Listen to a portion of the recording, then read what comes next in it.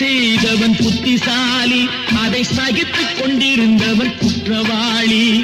சதிச்செயல் செய்தவன் புத்திசாலி, அதை சகித்துக் கொண்டிருந்தவன் குற்றவாளி.